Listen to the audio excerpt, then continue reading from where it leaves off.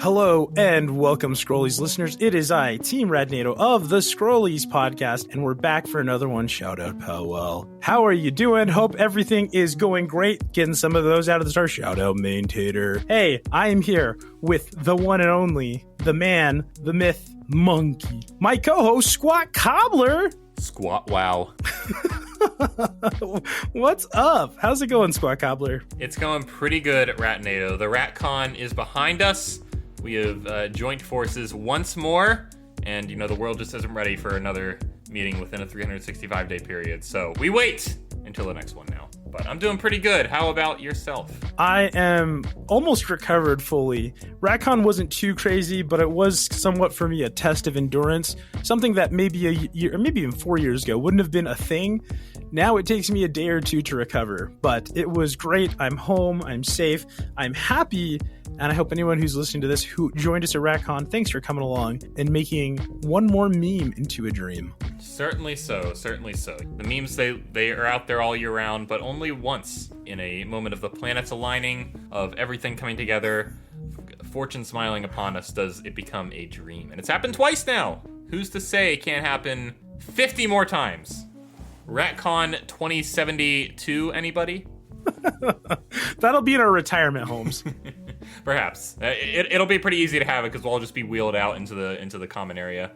We'll all be in the same retirement home. It'll be nice. I'll still be hopefully alive. Zimris will he'll be the hospice worker there. Thank you, Zimris. Yeah, spry young Zimris will be caring for all of us and at the ripe old age of 53. That's how old he'll be in 2073. I'll be 73. He'll be 64. He'll be 71. I mean, Zimris is only getting doxxed out here left and right. So let's not give his age out. Yeah, Zimris, what a lovely guy. Everyone I met there was really great. We had a fun time. SqatCobblr, what you been playing? Maybe playing something on an airplane. Oh, or a car ride. Oh, Ratnado. Let me tell you something. I am a patient boy. I try to be. I try to wait until things go on sale. I try and give something a moment to settle for, after Jedi Survivor, patches to be applied so that I can actually have a pleasant experience playing through it. But there's some times when the hype is real, when something's just the talk of the town, and it's not going to go on sale anytime in the next 3 years anyway because it's a first-party Nintendo title. So what's the point? I've been playing some Zelda Tears of the Kingdom. At long last, finally. Hell yeah. It's happened. I've dove back into Hyrule quite literally. That is quite honestly the last thing that I was able to make happen before recording this. I got through the tutorial area and I'm back. I'm back where I can basically just look any direction and go. Yeah. But alas. Yeah. Metroid May is over, so. Yes, Metroid May is behind me. It is all in on Zelda now, not for content, but for myself, my own enjoyment. Fair. Because I'm gonna let you know right now, I'm playing the exact same thing. So maybe let's just talk about that for a second. Let's talk about Tears of the Kingdom a little bit. How far into it are you?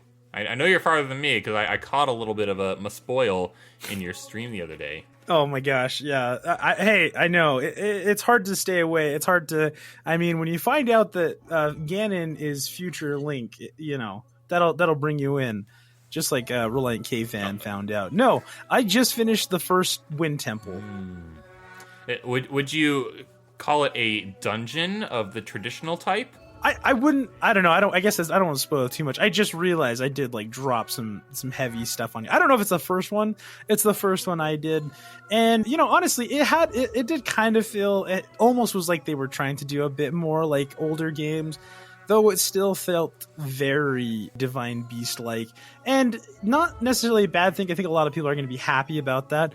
But I will say, as much of that fun as I'm having with the game, I'm wanting to play it a bit more.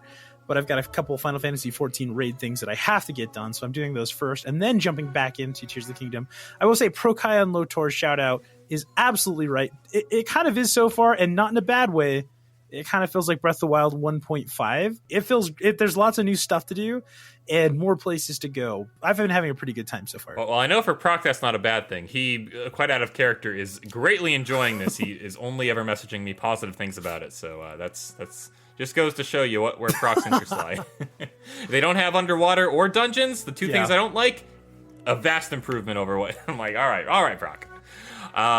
No, I don't know much. I have not gotten to anything resembling a temple or a dungeon yet, but from what I've been hearing, they're less puzzle labyrinths and more logical sequences, moments, events in the game. So I look forward to seeing exactly what that means. But hey, they're moving in the right direction. They seem to have separate theming, which is my big thing that I wanted. So that's a thing, and then they have distinct bosses, as far as I'm aware, at the end of each one. So I look forward to being able to talk more about it. I can't say much at the moment aside from, hey, it's pretty up there in the sky. That's, the leaves are changing colors. The constructs are out there doing their thing. It's nice. But it makes you feel a little silly once you build a big long pole in order to climb up an ice wall, only to realize there's a cave entrance that just takes you to the top, like 10 feet away. Yeah. That may have happened to me. I know exactly what you're talking about, and I did climb a big ladder that I created. Here's one thing I will say. DLC, if they ever do DLC for this game, I hope it is just putting in the Sheikah Slate stuff just for more messing around in like a year, because that is one thing I have been missing a lot. Wow, I wonder if that would break the game, just having all of those options available to you. I kind of like how instead of just being Breath of the Wild Plus, they actually replace some of your key modes of traversal with completely different abilities. Not that I didn't really enjoy being able to stop time and build up things with kinetic energy, but it's just a very different way of thinking about it, which basically makes you have to look at the way you go about things completely differently. Yeah, I guess part of it too is that's just a lot of energy, free energy, and that's going to be a thing in Tears. Though I say that's why I'm saying those, like, hey, I finished the game on my master quest. Let me do everything and make it super duper hard. Though these days, when I see stuff online, the builds people are making and the kind of like crunchy numbers they're getting into, I feel like this game is like so easy to break. So anyway, depends how you go about it, I suppose. Someone actually building a Metal Gear. So Metal Gear. Anyway, I think this is going to be a through line for both of us, SqatCobblr. Today we are talking about another top 5.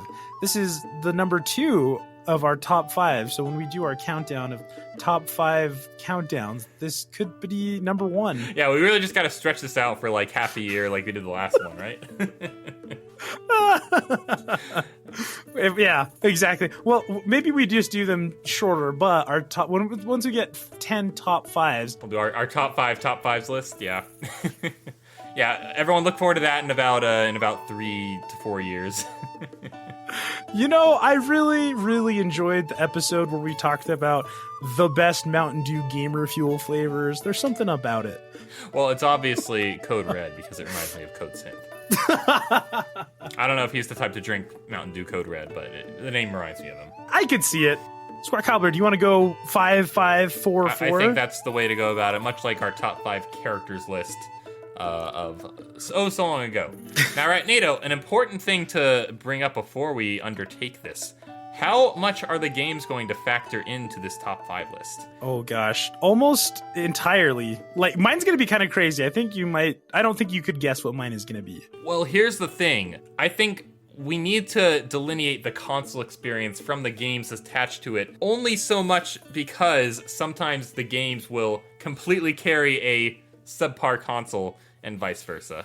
I'll, not going to say whether or not this will be on the list or not, but the N64 had about 20 to 30 great games and then a bunch of So, do those great games carry the whole console? I don't know. I guess that's something to talk about.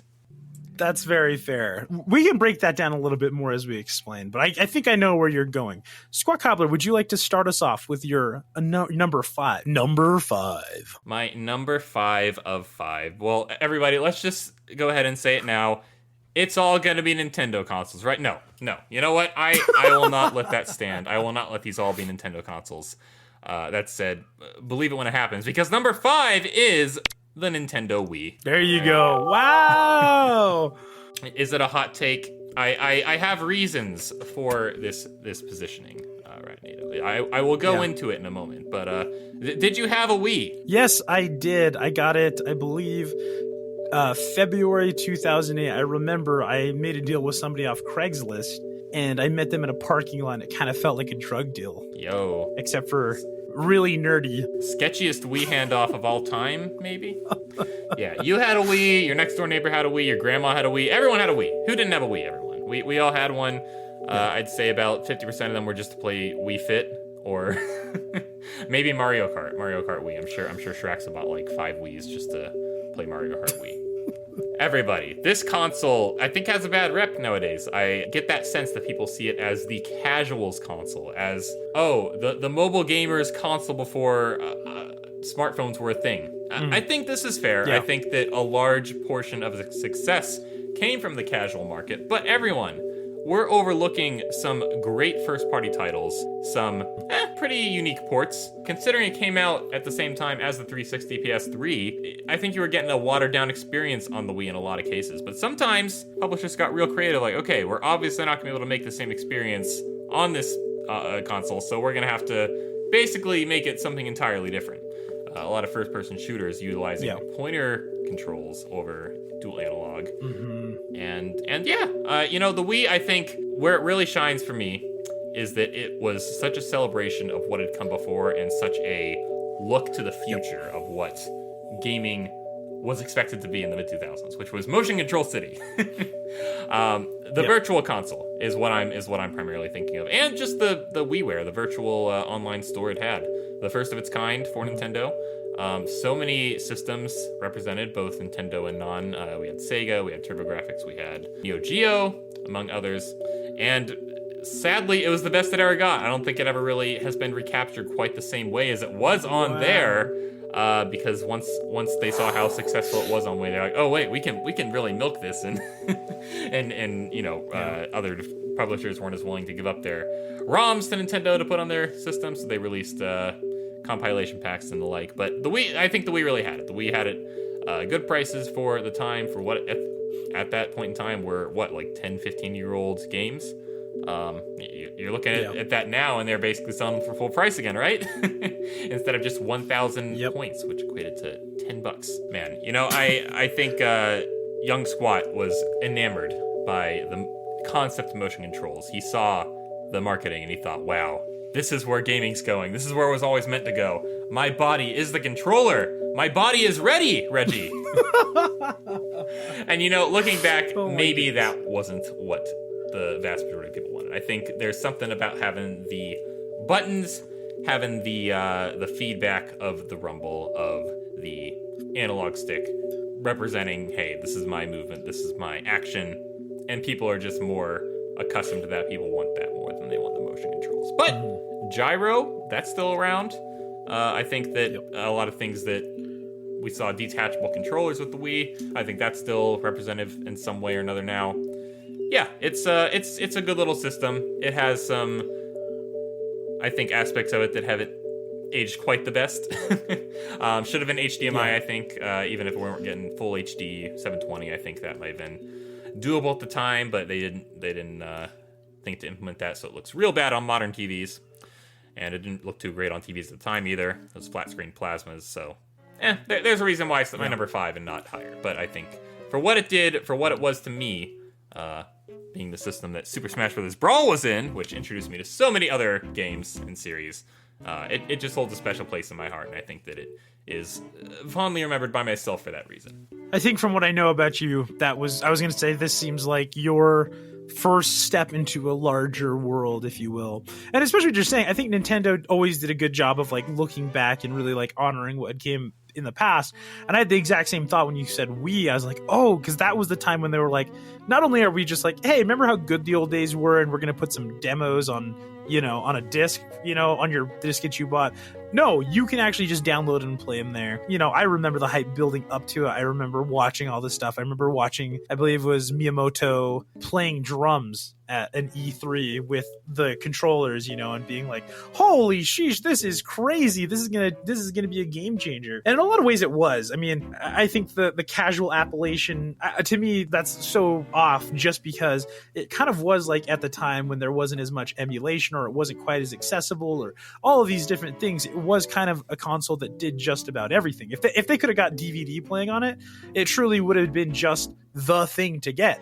Play your DVDs on it, play your GameCube games, play music if you could have done that, like it really could have been insane. I think I look back on the GameCube era with a lot of love, and the Wii kind of was just like, yeah, that plus some stuff. Yeah. What more can you ask I forgot to for? bring that up. I didn't have a GameCube myself, so it wasn't as much of a sticking point for myself. But anything good you can say about the GameCube, you can also say about the Wii, because it's literally a replicated experience 1-to-1, plus more. Oh man, loved it. Well, good number 5. Maybe I should get to my number 5 as well. Let's hear it, Ratnado. It's funny what you said about trying really hard not to make it all Nintendo. When I look back on it, there's a lot of Nintendo, but not all. Unfortunately, number 5 is Nintendo. It is the Game Boy Color. The atomic purple see-through Game Boy Color. A treasure. I found it when I came home. And man, what a beautiful thing. I found a bunch of games. I had some Donkey, I found some Monkey, some Final Fantasy 3 Legends, not Final Fantasy 3, the one that you're familiar with, listener. That's Final Fantasy 3 on the Super Nintendo, right? Yeah, this is a lot. I don't have enough time to explain this. Keep it moving. Just know it's actually a game called Saga Frontier, I believe, or Saga. Anyways, so many different games that I had on it. Link's Awakening DX, Pokemon Trading Card Game, Pokemon Pinball, Pokemon Red. They're all there, and they're all kind of tied to that console for me. And even now, sometimes I'll just I think I have it packed up at the moment because I'm just trying to do some shuffling and getting rid of stuff. And but man, I popped some rechargeable batteries in it. I booted up Pokemon Trading Card Game, and man, nostalgia came flooding back. It was a great game for a kid who wasn't always allowed on his older brother's, powerful consoles.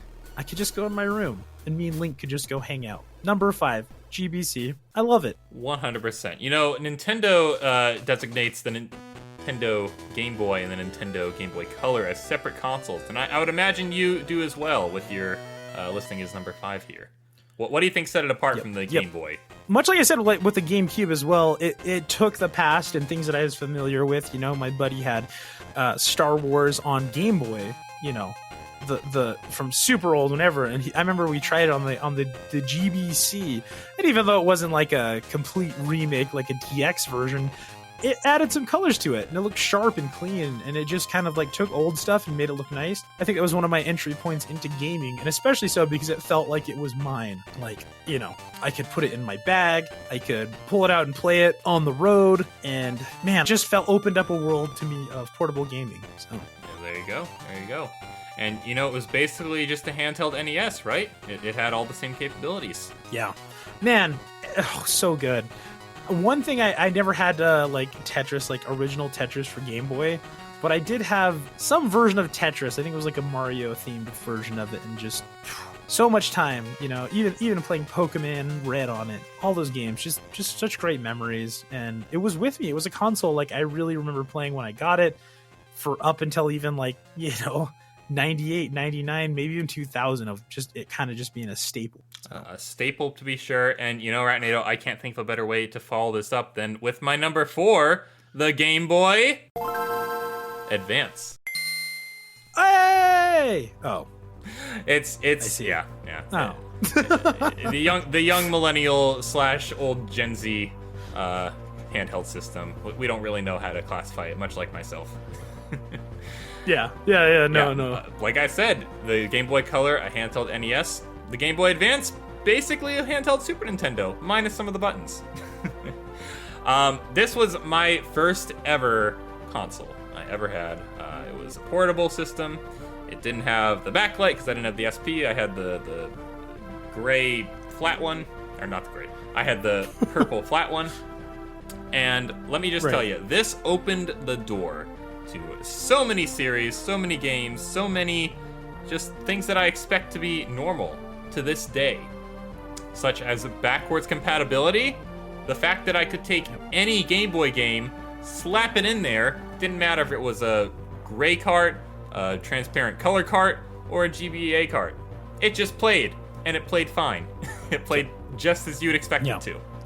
I think I just expected that to be the norm going forward, and once I started finding out, oh wait, people get new systems and they can't keep playing their old games on it? What? Ridiculous. Absolutely mind-blowing. Absolutely ridiculous. Absolutely mind-blowing. And we may discuss that a little more in a little bit. But yeah, for myself, just the fact that so many games are ported to it. This is obviously before we had the eShop, before we had downloadable games, but just about every popular Nintendo game you could think of, and even some third-party games, such as the Final Fantasy series, were ported to GBA. And you could say that it was a limited experience in some aspects. I don't think the sound, we ever got the same quality music that we would have had on those titles because the GBA's puny little sound chip. Obviously, like I said, the buttons were a bit lesser, so they'd obviously have to compromise that a little bit. I'm looking at you, Metroid GBA games. But nonetheless, as far as preserving that original experience, I'd say about as close as you can get on a handheld at the time. The GBA was in full color. Like I said, it didn't have a backlight initially, but they eventually added one, which I think was everyone's biggest complaint with the Game Boy line. And only boomers like you and I guess me sometimes can remember the days of riding in the car at night. You'd have to be playing your game, hoping that the streetlights that were passing you by would give you just enough of a glimpse to know where you were at and what you were doing. Or you'd get one of those bulky attachments that had the magnifying glass and the lights shining down the screens. You're like, oh, all right, now it's like I'm really playing with power. Now you're playing with power. Exactly. I had one of the ones that went into like the, I don't know, whatever thing they had, and it was like a little snake and he had a light and it went down to the screen. Though you had to use it judiciously just so you didn't drain your batteries too fast. Oh yeah. Slapping in those 4 AA's, those would go quick, wouldn't they? Yeah, I remember the Game Boy being like, yeah, it's kind of funny how like Nintendo really has just continued to echo themselves across time of like, oh, the GBA, the Game Boy Color, well, we're taking NES stuff and we're putting it on here, or, similar to that. And then the Game Boy Advance being like, oh, Super Nintendo, remember that? And it really does like make you look back. Now we take it for granted, like, oh, everything can play everything, or I could just get something to emulate all of these. And it's like, no, at the time, I remember they did the Link to the Past and the Four Swords, all those things kind of put them together, and just like think how cool that was. Like, wow, you can put that on a little thing you can carry around in your pocket and play wherever. That's incredible. Yep, that was the original play. I played A Link to the Past. Yeah, I think that the GBA SP, shout out Teodafa because he got it for me for Christmas one time. That's just off my top 5 because, like you said, it was a Final Fantasy machine. It had a bunch of other ports and stuff like that. And man, in a time where you couldn't lug around your PC with you to play whatever, that did a lot. Yeah. The SP was just always out of my reach. I had a bunch of friends that had it. I always thought it was just the perfect system, the system I would have strived to have more than anything else. But alas, I had my little backlidded purple flat one. But I think as far as ergonomics go, I think I might have preferred that one a little more. That said, the SP might have been a precursor for things to come, but we'll talk about that in a little bit, perhaps. Ratnado, how about your top 4? How about your number 4? Okay, number 4, Nintendo 64. Kind of interesting. Like I said, I'm going to try not to make this all Nintendo, but the N64, which I feel like should be on yours coming up at some point. Don't hint towards anything. But the N64 was like the console of my childhood, of maybe growing up even a little bit too. Like the Super Nintendo, I had great memories of it up to, the time that the N64 came out. But I think N64 was like the point where I started to grow up a little bit and I had friends and I played with them. Hey, we're all going to go over to this person's house and play GoldenEye. We're going to play some WCW, or, they had so many like 4-player games, and man, I just have so many good memories of that. And also, I think I remember one time, just like my first Ocarina of Time completion, I was sitting at home and we had just gotten like a big screen TV and a surround sound system. And I remember just that song came on, and like for the first time, a video game just like hitting me and being like, oh my gosh, this is the coolest thing ever. And that experience was incredible. And I started to pick up a lot of stuff I'd like in the future. Tony Hawk Pro Skater, like we talked with Main Tater. And even things like Perfect Dark and GoldenEye started to get me into like the genres of movies I'd come to love. I won't go too much deeper because I assume you have some more to talk about it, but as well. But N64, number 4, number 64. I'll humor you and scratch that itch a little bit now. My first ever home system, like I said, I had the GBA first as my first console, but my first ever system to plug into a television and 3D. I mean, we can't even understate how desired, how sought after true 3D was at the point that the N64 dropped. Yeah. And I don't think you can ever cite a more excellent example of hitting the ground running than Mario 64 as a launch title, just getting 3D platforming, pretty much the formula down as it remains today, right off the bat.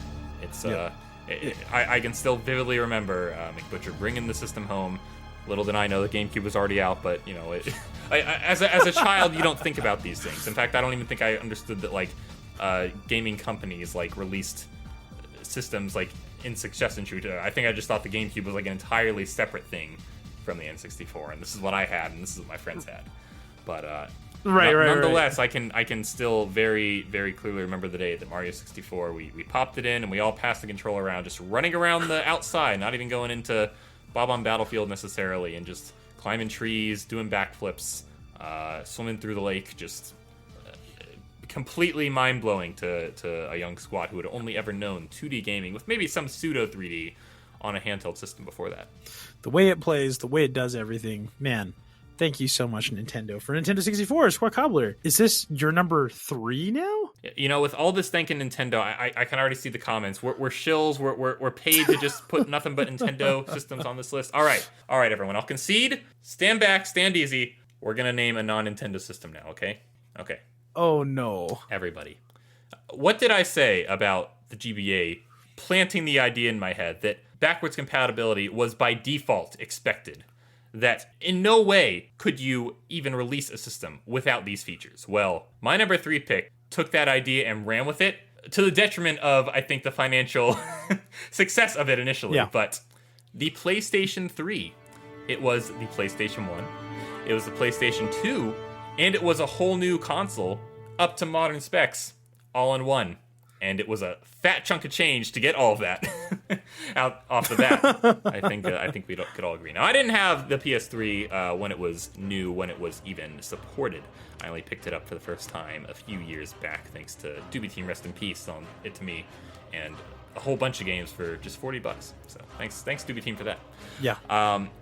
You know, it's kind of like what I was saying about the Wii. It was a celebration of Sony's past. You could get so many old titles supported through their version of the Virtual Console, the PlayStation Store. That's how I first played Metal Gear Solid. That's how I first played Symphony of the Night. Plenty of PS2 titles I have on there now. And brand new releases. All of them available to you on one system. Now, obviously, Ratnado, I think the beefy, chunky, fat PS3 that could play all PlayStation's library from 1 to 3, namely PS2, not quite as common now because the PS3 Slim removed the PS2 functionality just to bring the cost down, because not a lot of people had it. So what else did the PS3 do that I think is uniquely a Sony thing that I think the other console manufacturers kind of skimp on? Blu-ray player. How many people did you know that just got a PS3 to play Blu-rays because it was basically the cost of a player when it dropped? Everybody. That's honestly, I think, Sony's strong suit is that they were a tech company first, and then they became a gaming company. They were obviously the Sony Walkman, obviously they made TVs, headphones, but the PlayStation wasn't just a game console. It was also a CD player. The PS2 wasn't just a game console. It was also a DVD player. The PS3 wasn't just a game console. It was also a Blu-ray player. And did I forget to mention that all of those things leading up to it were also still supported? It was also a DVD player. It was also a CD player. Yeah. And what did they follow that up with? But, well, maybe we'll talk about the PS4 potentially in a future fic. I don't know.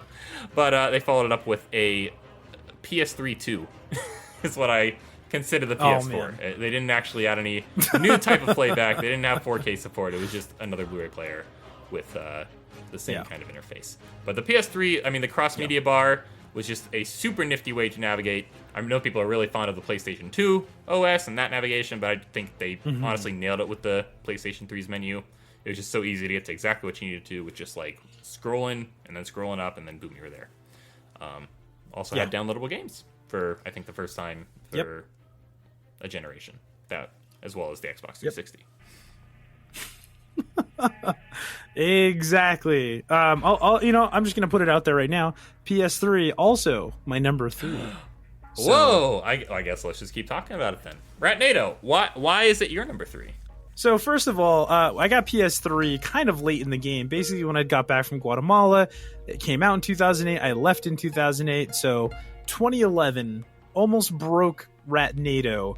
Kind of wants to start getting back into gaming. You know, there's nothing really out of the nothing new. We're kind of like winding down the PS2 era. PS3 is kind of in swing, and I started looking around. I was looking at Xbox, much like the reason that I'm an Android user, not an iPhone user. The Xbox came with a bunch of other stuff that I didn't quite want to do.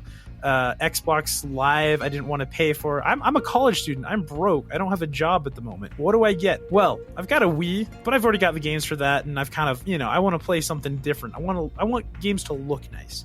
That PS3 back then, when PlayStation just had free internet, like you could just connect. They've changed since then, but I feel like their offerings have gotten better. What a concept, right?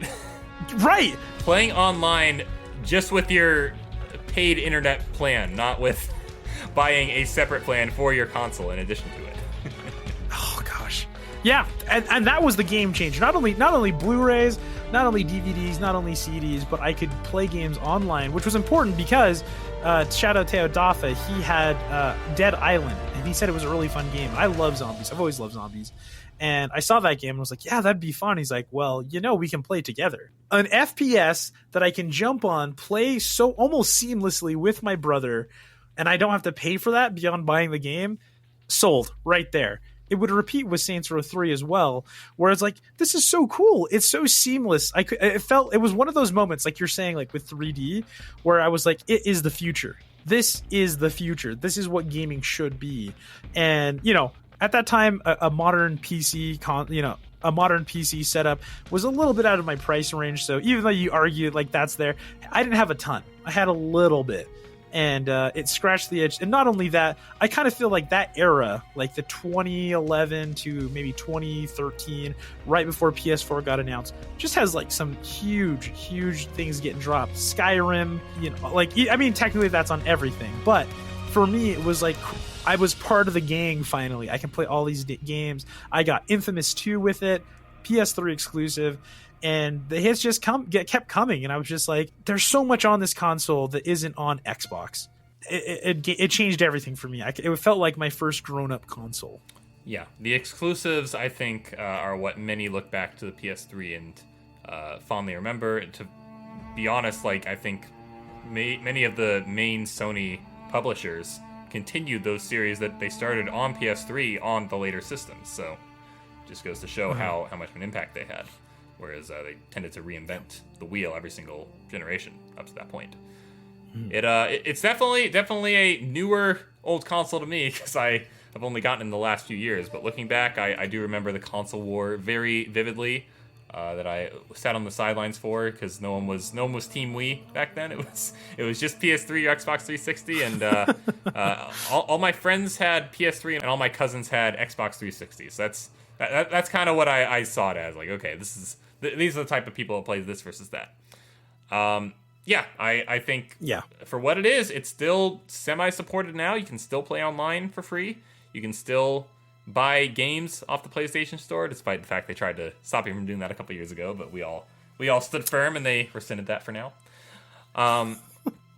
It's definitely in its dying days. It will no longer be the console it once was at some point in the future, but for now, it's still kicking. It's still going strong. The PS3, probably my favorite PlayStation experience.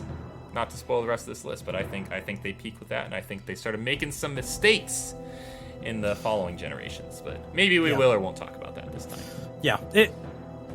yeah, it was great, and it also reminds me of my 20s, which were, you know, a really great time. So thank you so much, PS3. You're number 3 in my heart. Let's move on to number 2. SqatCobblr, what is number 2? Well, Ratnado, I gotta take you back. I gotta take you back so far that Proc would shudder and call me a nostalgist.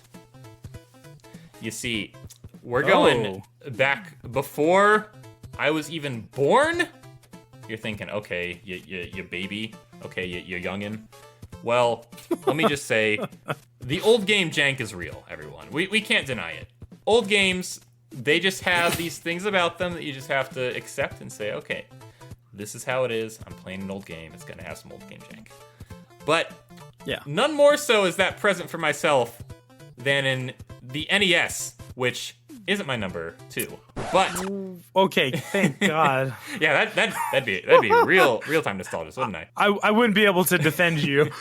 The NES, it was a huge commercial success. Obviously, every 80s kid is just NES or nothing else. They could not get enough of it back then. But when I go back and I play any NES game that's not Super Mario Bros. 3 or Mega Man 2, I think, oh, this is horrible. It's an awful experience. What were they thinking?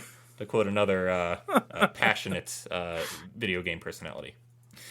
No, Ratnado. They were in their infancy. Many game publishers, many developers were just learning the ropes of what it meant to make a non-arcade home gaming experience.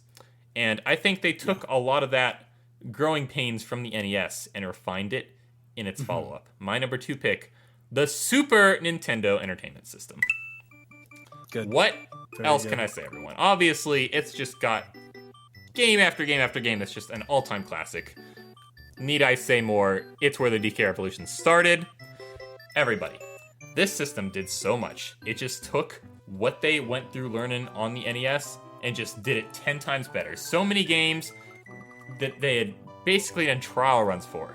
Legend of Zelda to A Link to the Past, Metroid to Super Metroid, Mario Bros. To Super Mario World, as well as the third-party titles. I mean, Final Fantasy 1, 2, 3 to 4, 5, and 6, Ratnado. They just really hit their strides. So many companies were just pouring into the SNES. Obviously, the Sega Genesis was out at the time, which just increased competition and made the games even better. And, hey, the controller. Legendary controller. You can still see every aspect of the SNES controller reflected in every single modern controller now of a mainline console. It's got the 4 face buttons. It's got the D-pad, the cross-shaped D-pad, which, hey, I'll just say it. The reason I play with my 8-bit controller so much is because it basically uses the SNES D-pad, which is the best D-pad. Obviously, the 2 shoulder buttons they were able to utilize in a lot of really clever ways, and just the design of it is so ergonomic, it's so comfortable, and I think that's kind of what pushed Sony to make the DualShock. It pushed the GameCube, the N64, which we talked about. You're just holding it wrong, everyone. That's why it's an uncomfortable controller for you. But ergonomics became a big deal after the box-shaped NES controller to the rounded dog bone SNES controller, and I love it. I love that controller so much. But nonetheless, great experience.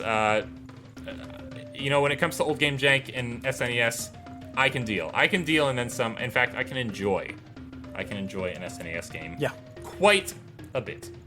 Ratnado, I know you've had quite a bit of experience with this console as well. It's true. Yeah, I think the Super Nintendo is great. My number 2, the Switch, the Nintendo Switch. Look, I didn't make the whole thing Nintendo. But number 2, the Nintendo Switch. That I don't know how people feel about that. I feel like some people will be like, yeah, I get it. And others aren't. And, you know, as Proc, maybe that's a nostalgist when I explain why. Nintendo Switch has made so many different things accessible in a non-pirating way, in a way that you don't have to be like super knowledgeable of it. You can just say, okay, I understand how eShops work. I understand putting my credit card on there. I understand even the concept of a portable system. To me, the Nintendo Switch, number 2, if only for the reason of like, it feels like a rallying point for so many things, of things that I've liked, kind of just like even pushing things in a new direction. I like the Nintendo picked a different direction. I think it feels like just like everyone was kind of like, yeah, this is a great point. And, now everyone's trying to make consoles. You've got the Steam Deck, you've got all these like streaming different things that people are trying to do. And I think we'll see more of that in the future because it's doable. I think people are saying like, oh, it's possible. And if you can have something powerful that you can take with you, that's such a good selling point beyond your big bulky PS5 that has to be cradled just so, or something will melt or break. Yeah. Number 2, Nintendo Switch. Ratnado, I think we're actually going to have a bit of a rub with this particular point, because I think the Switch would struggle to even enter my top 10. There are a lot of things that I think have fallen through with the system and that I'm greatly disappointed with. It really comes down to this. I feel like Nintendo's at their best when they're struggling a little bit, when they're the underdog. When they're top dog, they get lazy, and I think that's become very apparent with the Switch and this generation. There's just so many things about it that feel almost unfinished to this day. The fact that we only have 2 themes available to us, the light and the dark. Yeah. Imagine having like actual themes. The fact that the character icons for your profile were only recently updated from 2017 to have other games that you have to go through their membership to even unlock. The fact that they still don't even have a lot of just apps that you would think are no-brainers, like Netflix. And I mean, I know maybe they're trying to scale back and not make it a media box, but a video game box. Sure. Yeah. Then why did it take them so long to add their legacy consoles to the virtual? No, not even the virtual console. They killed the virtual console. I think we know why. The subscription-based collection is the absolute worst follow-up to the virtual console I could possibly envision, and I 100% get why they did it, because it's super profitable, and I hate it for it. Yeah. I hate it. Yeah. And here's the thing, Ratnado. I think the controllers, I'm a controller boy. We've talked about this in a previous Scrollies, but the Switch default controllers, Joy-Cons, are probably the worst thing I've ever held in my life. There's a picture from Ratcon of me holding one up and making an ooh face because they're just so disgusting. The Pro controller's pretty great, though. Can't lie. Yeah. Pretty nice. I just wish that they actually, instead of just going all in on the hybrid nature of it, which is a great selling point, is a great concept, and I think that's really just pushed gaming at large into that dual nature where you don't have to just play it at home. You don't just have to play it on the go, but you can do both in some form or another. Yeah. I think that's probably the best thing the Switch has brought to the table across the board. But the fact that there are just so many things from the 3DS and the Wii U that they could have incorporated into the Switch. Miiverse, Street Pass, so many just little aspects that made those systems really just so Nintendo, so unique in the grand scheme of things. They're just not even represented in any form on the Switch. They were just stitched all together. And maybe that was to slim down the experience, make it just more broadly accessible. And that's fine. But for me, the Switch... Yeah. Obviously, I still play it. Obviously, I got a Switch. Not when it launched, but I got a Switch a few years in. If it wasn't for the fact that the first-party Nintendo games weren't going to be on that exclusively, I don't know, I might have skipped this one. Because for so long, so many selling points were just, oh, we're bringing this game over. This game you played on Wii U. This game is getting ported. And I'm just like, okay, but I've done that already. I think that's the difference for me, and that's why I put it so high, is because, at least for me, during the console life of this, it has done everything that I've wanted a console to do my whole life. It's something I can take with me. It's got a good battery life. And especially in a time where, like, going to Pittsburgh where I'm traveling, and the fact that I can kind of minimally take this thing and that thing, and if I really wanted to, convert it to, all right, 8 people, let's play Smash. Or 4 people, let's play this. And maybe that's kind of like somewhat in a way of like the Wii of kind of being like a normie console. To me, I've had so many good experiences with people, not just, even in RackCon, of, hey guys, I brought my Switch. I can set it up pretty easy. We can play Mario Kart. You have Mario Kart? We can all play? And that leading into playing Duck Game, into all these different things. To me, it has become, because, has become that a console that you can kind of share with people and that you can take with you. Even on the airplane, I was playing Tears of the Kingdom and had it set up real nice. And someone had like commented, like, Tears of the Kingdom? Oh, Like, super excited. It fits my life in a way that I really like. That, when I come home, I can jump on my couch, toss the Switch in and play it. And even like going to work. I remember that was a big thing for a long time. The whole office got into Smash Bros. Because people would just bring in we'd even bring in new games. So I do understand what you're saying, though. But to me, even like the things of like, we're bringing back this game. To me, that's a sell. Because I want to play those new games. And I want to see what they do with them new. But That's fair, Ratnado. And I didn't even think about the social aspect of it. The fact that it's made being a Nintendo fan socially acceptable once again. Whereas you were kind of the odd one out for a good 10, 15 years. Ever since the GameCube, I feel like. Just like, oh, you're a Nintendo fan? Why? Yeah. The fact that the Switch has done so well that it's brought so many different types of people, so many different age groups, all onto one console, I feel like that is an accomplishment in and of itself. And I cannot deny that the aspect of being able to just sit down with however many people you got. Oh, you don't have an extra controller here. Give him the little sideways Joy-Con. Give him this one. That's great. Is it the best? Is it the best purest gaming experience? No, but I don't know. I think I've had a lot of fun. And once you get enough people like us, where we've got a couple pro controllers and blah blah blah, it can turn very fun. I mean, we saw how I was sitting when Traxa was whooping me first place to 8th place at my best. If you don't know what I'm talking about, maybe check the TeamRatnado Discord for that Ratcon picture. The Switch truly brings people together, and I think my number one reflects that a little bit. That little bit of the same feel in there. Let's go to number one. Number one, obviously, everyone, it's the Steam Deck. It's just PC gaming in a... Why are you all booing at me? I'm right. Stop. Oh, put the tomatoes down. Everyone, calm down. Okay, all right. Steam Deck doesn't count, I suppose. So I guess I'll go with a real number one pick. Everybody, I started off with... Well, not this list, but I started off my gaming history with the GBA, as we discussed. And, I think that's just reflected in me to this day. I'm a handheld gamer at heart. And the reason why GBA was number 4 was because it's also sort of number 1 in an aspect of it. Because it was carried on into its successor, my number 1 pick, the Nintendo DS. Hey, yeah. It was basically the Switch of its time. Everyone had one. Everyone had a DS, and unlike nowadays, where you all have to own a copy of the game, and you can only play online, one screen per system. Yeah. You can make do with one cartridge, all your friends load up DS download play, you get a little piece of the ROM sent to your system, and then you're just multi-playing wirelessly. It was everything that handheld gaming had been up to that point, and just brought everyone together in a way that didn't even feel compromised. I mean, you obviously had ports of older games, but you also had full 3D games, just completely made from scratch on the DS.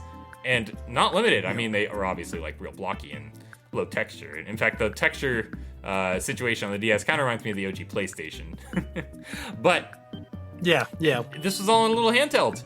And I was just like, wow. I mean, there's just so much personality to it. Obviously, you got so many different types of games. Nintendogs, you have your Brain Age, you have so many different titles that made their debut on the DS that just made it kind of an all-around device and not even just like for gaming. I know people that would like read books on it. You can hold it sideways and read it like a book. Mm-hmm. It had wireless capabilities, so you could play online. You could obviously share things between systems, which made Pokemon games like that just that much better. Yep. And there was like a million of them. So if you didn't like one particular type of DS, maybe the big old chunky blocky one that was originally out, just wait a few years and you got the DS Lite, which is probably my favorite iteration of it. It is so sleek and just feels great. The DS Lite I love. Obviously, it's kind of a weird line where this DS cuts off and where the next line continues. I kind of see the DSi as like a proto 3DS, just because it took away the GBA functionality, integrated the camera, some of those online features were a little more heavily present. But all in all, it was probably some of my favorite times gaming. Some of my favorite games were on it, whether originally or ported to it. And it really didn't feel like it was losing anything from what came before. I guess technically it was losing OG Game Boy and Game Boy Color support, but I don't think I really realized that back then. So backwards compatibility was maintained with the GBA, and it just felt like it was really just such a collection of everything that had come before across the board, and everything where it was then and there, that paired with the Wii, probably one of my favorite times for consoles, not gonna lie, the mid to late 2000s. I think especially those times too, it's almost like they kind of didn't realize how much they could monetize. I mean, so many things didn't realize how much they could monetize back then. And so you had a lot of those kind of experiences where it's just kind of like, yeah, here's some free stuff that's kind of really fun. And, and we're not going to charge you for it. And here it goes. I'm talking about a 3DS in a little bit, because that's what I had. I never had like a DS or anything like that. But even with the 3DS, there was just like so many fun little things that it just came with that were just like, oh, that's kind of neat. DS have Street Pass? No, so the DS, and the reason why I didn't pick the 3DS over it, obviously I didn't have a 3DS until very late in its lifespan. Basically, when the Switch was already out is when I picked up my 2DS. So that's not even the full experience with the 3D and all that. But I do like the 3DS quite a bit as well. I see it as kind of handheld gaming's last breath before it sort of merged into this reality we are now, where it's just all one. You got your handheld and your home console in one, obviously with the Switch, but also in a lot of these like third-party Steam Deck, like I had jokingly mentioned, can output to a screen. Obviously, your Retroid can do the same. And the DS, it just felt like it was such a pure handheld-only experience, to the point where even when I did get a Switch, I just got the Switch Lite initially. I probably would have just stuck with it, because I was perfectly fine with it if it wasn't for streaming and needing to output it. The DS just proved to me that I loved handheld gaming more than any other type of gaming. And, hey, it got us where we are now without any compromises for the time. Yeah. I think I kind of, like, I liked the DS. I mean, I remember playing, like, Tetris on it, and that was like, well, SqatCobblr, we did promise to get out of Nintendo, and even though that was just a quick grabbing air before we dived back in. What a concept, right? Exactly. I know, yeah, exactly. The PS3 was just a quick of air before we go back down and dive down deep. Number one, SNES. The best console back, everyone. of all time. I mean, I know I got into like some of the other things I liked about other things, or things that the SNES couldn't even touch. Internet, good eShops, portability, all those different things. But there's something about the SNES I think that is special to me, even the original hardware, something that I would, let's say, emulate in my day-to-day life just for that Nintendo experience. And I think that for so many people, like, you remember a lot of the fun games you played on your Sega Genesis or, what have you. But I think at the time, Nintendo just kind of had it figured out. Maybe not fully, but they knew who they were trying to be. You know what I mean? Like, they didn't get it all together, but we're Nintendo and we're polished and our music is this way and we're going for this. And even like the gray console nature of it kind of let it be what it was going to be. I mean, not that the games are the only thing that's driving, because like you said, controller, form factor, for me who remembers cost, all those kind of things really kind of just make it such a great console. But then you have my favorite game of all time on it, Final Fantasy VI, aka 3, in the US, released in 1994. But that's where the love of many of my franchises started. Mega Man, Zelda, Star Fox, Bomberman, they were all there on the Super Nintendo. And so, but also, I think those games still stand up to today, right before we made that big old plunge into 3D and polygons. Truly a system to behold. It just, what a timeless console too. Obviously, there's some dated aspects of it. Obviously, the graphics aren't anything to sneeze at now, but I feel like with many of its competitors, Sega, what even else was there? The OG PlayStation. There's so much 90s represented in both the aesthetic of those games, as well as just the console's legacy, its marketing. The SNES, I see people firing it up today for a brand new experience. Honestly, it's not even like, oh, we're trying to recapture what we had back then. It's like, oh, yeah, no, these games still hold up great. These are just good games. And part of that's just that Nintendo polish, like you said. They were just putting their stamp of approval on all their games, quite literally. It was on the cartridge. But there are just so many gems on there. So many gems that have just lasted the test of time that remain great experiences to this day, beyond the decade plus of their relevance. Yeah, and I think too, just like, and even, I mean, yeah, you can make the argument that it's old and outdated, but like you're saying, I think people can look at those games now and like relate to it and be like, oh yeah, this is a video game. And I think even where we are now is because of that. I can't say for sure, but Sony coming along and being like, well, we're like Nintendo, but we do CDs. That's a challenge to what has been so great, and that pushed us, I think, to where we are today. You know, I think so glad. I think it was pivotal. Top 5, baby.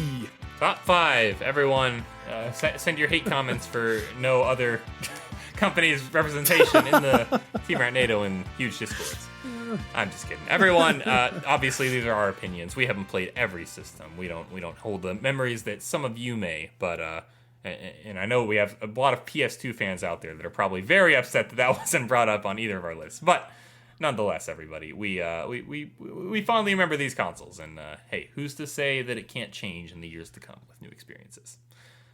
But that's all we have for today, isn't it, Ratnado? That's right. PlayStation 2 is number 7, you guys. There's a lot of games on there, but well, now we got to know what number 6 is, Ratnado. You can't just leave a number blank there. Well, I was gonna say we'll talk about this when we're completely out of content. We start doing our top 7 through 10 list, or 6 through 10 lists. Yeah, that'll be what y'all want to see, right? Hey, Ultratronic will get more Composers episodes out of that, so he'll be more than happy about it. Yeah, exactly. And number 6, GBA SP, like I said, and 7 PS2. So, all right. Well, thanks for listening, everyone. This is an extra long special episode for you. So, hey, hope you're having a good time. Hope you're enjoying it. We appreciate all of you listeners. You're great. I am TeamRatnado of the TeamRatnado Twitch stream and the one half of the Scrollies Sqadnado. I am here with my co-host, SqatCobblr. It is I. This week, everybody, a new Let's Play series starts. I won't give anything away just yet, but let's just say one of the systems talked about on this list is what I'm planning on, and June 14th, does that mean anything to anyone? I don't know. You tell me. To be seen soon on the SqatCobblr YouTube. But it is the 2-day ramp up to my birthday. Oh yeah! Happy birthday this week, Ratnado. That's obviously what I'm gonna play. I'm gonna play the TeamRatnado birthday bash. You have to. It's Final Fantasy VI, which Mooncat also played on my birthday. Thank you so much. No, just kidding. Mooncat treated you, whereas Square Enix enraged you. Everybody, thank you so much for listening, and we will catch you in the next one. See you later. Bye.